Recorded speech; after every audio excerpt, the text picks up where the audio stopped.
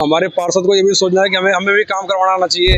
काम करवाते तो नहीं, वहाँ पे आरोप लगाते हैं सिर्फ। काम करवाना भी आना चाहिए। सर क्या नाम होगा आपका? अरविंद निषाद।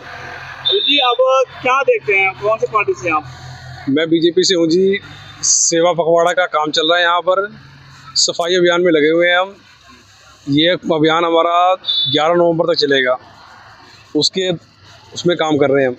इसमें हमें 2-4 कई दिखते हैं, अब दिखते तो बहुत ज़्यादा है। इसमें डस्टबिन हमें कम से कम 2-3 चाहिए, लेकिन ये है कि हमारे मेयर साहब ने पूरा आश्वासन दिया और काम भी जोर से करवा रहे हैं।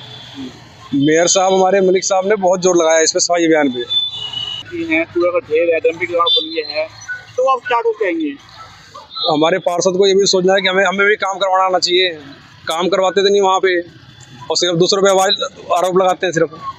काम करवाना भी आना चाहिए। वहाँ जाकर बोलेंगे कि हमें ये दिक्कत है, वो दिक्कत है, तो काम क्यों नहीं होगा? काम हो रहा है, अभी भी हो रहा है।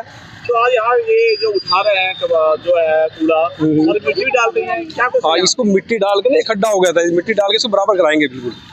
ओके, कब तक हो जाएगा ये आज करवा देंगे, शाम तक फाइनल हो जाएगा ये।